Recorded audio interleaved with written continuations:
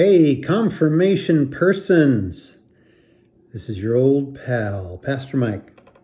Hey, just for quick review, here's what we've done so far.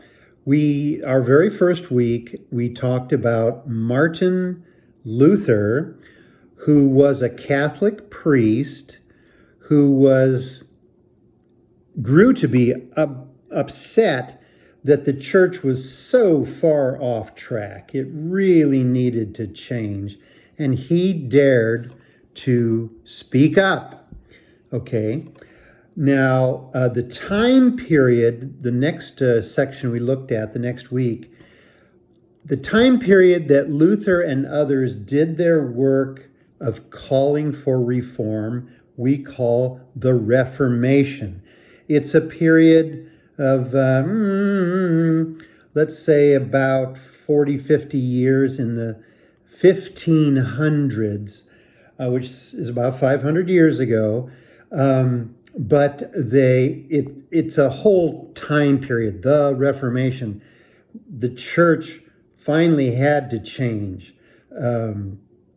Lutherans were kicked out of the Catholic Church. Now, the whole point of Reformation is to reform, which means to change for the better. Okay? And we also looked at a chapter talking about the fact that Luther was not the only one who was doing this work. And other groups eventually split off from the Catholic Church because they had some issues with the Catholic Church. We introduced the idea that we have something called Lutheran confessions. After Lutheran, the group of people called Lutherans were a distinct thing, they argued for about 50 years about, well, what is it that we hold true?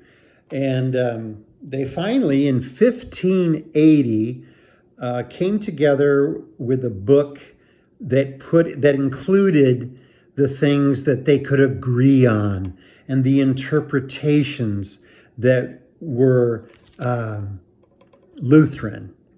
Okay, so it's a book where you can go. It's it's not an easy book, not an easy book at all, except it has the small catechism is in there, and something called the Augsburg Confession, 1530.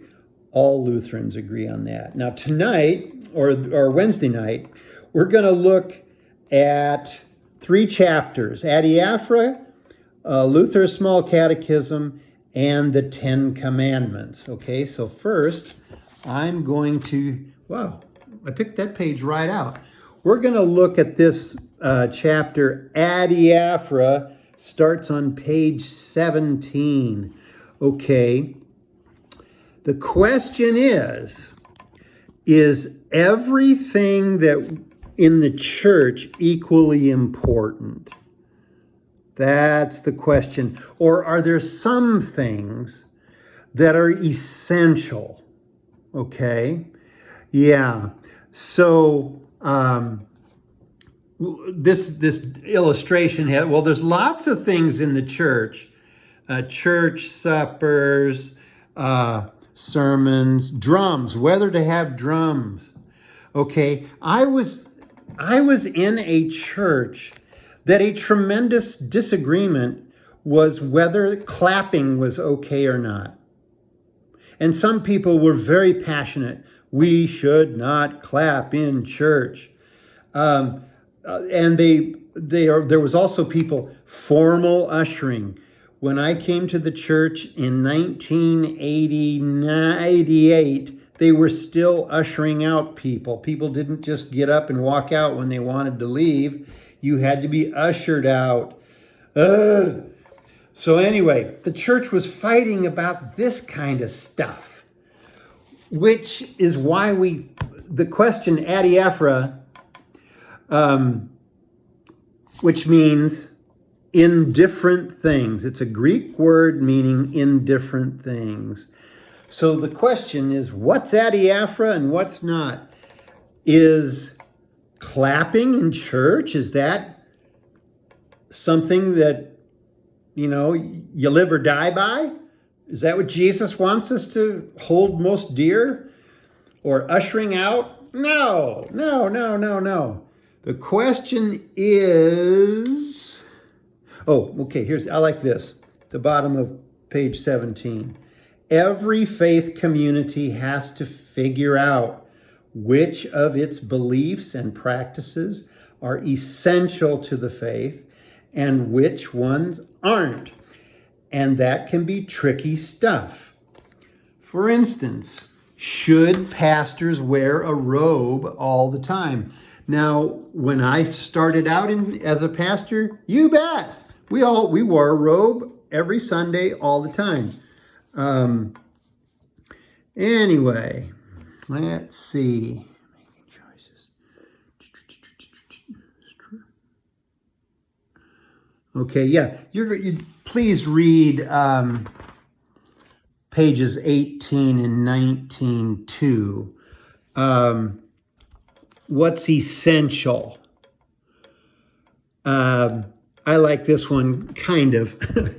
It's talking about a strong foundation of the church. Okay, just like a tree has limbs, there can be spider webs in the tree, but it's the limbs that hold up the web, not the web that holds up the tree. So what is essential and what is, not quite as big a deal. All right, that's enough on that. Luther's Small Catechism, okay? Look at your Bible and see how many pages there are. There are 66 books in the Bible, 150 Psalms, 2,000 years of history, okay? And it was written over, it was written over about 1,700, 1,800 years. So, some things after Jesus was born, some things more than 1,000 years before he was born. Okay. Down here you've got word count. The New Revised Standard Version, which is the kind that we usually use, 895,891 words. Luther's Small Catechism, 5,711 words. That's quite a difference. Almost 900,000, close to 6,000 words. So the Small Catechism is our Lutheran way of what, kind of like the basics of the whole Bible. Yeah, all right? Now, I hope we've given you a small catechism. That'll be one thing if you have not received, and it's just it's a little book. It's very thin. But your grandparents, if they're Lutheran, they studied the small catechism. Your parents, your great, for the last 500 years, people have been using Luther's small catechism to summarize what's in the Bible. Yeah. And the small catechism has within it the 10 Commandments and their meaning, the Lord's Prayer and what it's talking about, the Apostles' Creed, I believe in God the Father Almighty, creator of heaven and earth, etc., and baptism and Holy Communion. What do they mean? So the small catechism covers this big stuff. 10 Commandments, Lord's Prayer, Apostles' Creed, the sacraments, yeah. So read this chapter as well. And then finally, the chapter we're going to look at on Wednesday night, the 10 Commandments. Certainly one of the essential parts of the Bible. Now, what is very interesting about the Ten Commandments is up here on the top there. They seem like a lot of rules, many of which are hard to live by, okay? But I think that you may come, if you haven't already, come to see the benefit of the Ten Commandments. They are a gift of love from God, because when we don't follow them, bad stuff. If we do not follow the 8th commandment, you shall not bear false witness. In other words, you shall not gossip. Think of how many people have been hurt by people distorting and emphasizing how bad somebody is when it's probably not that clear. So you're going to want to look at this chapter on the 10 Commandments, okay? And we'll talk a little more about what we mean by that, okay? And let's see, is that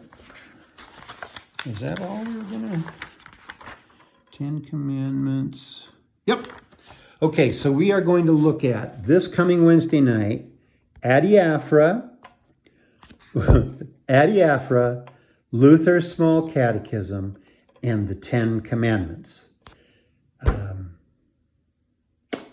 We are also I'm going to do something new. I had a couple of suggestions from folks.